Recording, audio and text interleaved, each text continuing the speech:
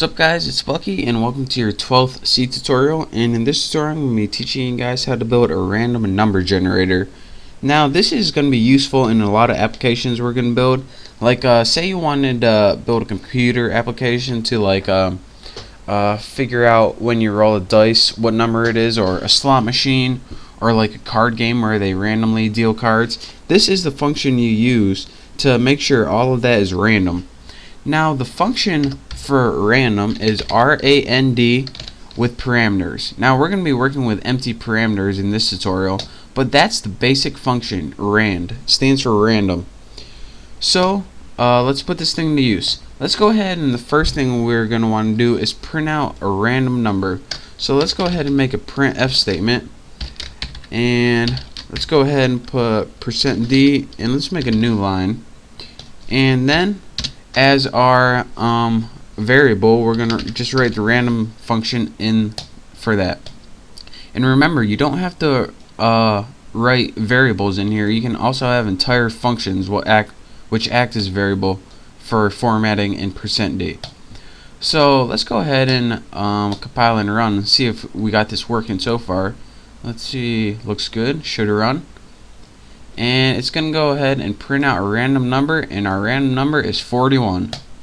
Awesome number, awesome choice. So let me just loop this a couple times because I'm going to show you guys a couple different things. So let's go ahead and make a counting variable, set it equal to 0, and put while I is less than, let's say, 15. Probably need a other parenthesis there, curly brace, I++. Now that's just the count. Now let's make sure our loop is working, and once you got your loop built, and what did I do? Forgot a semicolon. That's embarrassing. And now it will work. So go ahead and build a while loop to loop through this a couple times, because I'm going to show you guys something. And as you can see, what this does when you loop through your random number generator is it generates a list of random numbers, and the number is composed in the range 0 to the max of your system. Now the max is probably somewhere around, it might be 32,000 for mine looking at it. Might be 64 for others. But this depends, the max depends on your system or your computer, whatever you're running it on. So it can be difficult to judge the outcome of your number. So in many cases, especially with like a dice where it only has 6 sides, or a slot machine where it only has so many choices, or cards where there's only 52 cards in the deck, you want to limit these choices of random numbers that it can output. And to do this, we kind of need to trick the random function into outputting only a certain amount of numbers. And we do this by using the modulus operator, which is a %sign. Now if you don't remember, what the modulus operator does is give you the remainder of a division. So let's say you divided by 10. Well, what this would do is take a random number, divide it by 10, and give you whatever the remainder is. So as you can see, or not as you can see, but as you know, if you divide any random number by 10, it's either going to give you something in a range 0, which means it divides perfectly, to 9. Now it doesn't give you 10 because if it divided by 10, it would just add 1 to the main number. So let's go ahead and execute, compile, and run this. And as you can see, we should have a list of numbers 0 through 9. And there we go, right there. And again, what this is doing is taking a random number, doesn't matter how big it is, dividing it by 10, and as you can see, the remainder in this was 1, remainder in this was 7, 4, this one divided perfect, so it was a 0. And this is how you can get a list of numbers. But as you can see, the first problem and the main thing that's going to annoy you is this 0 right here.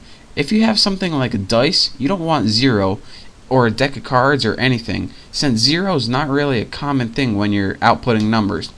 So another thing, let's go ahead, and 10 gives you 0 through 9, which is 10 options.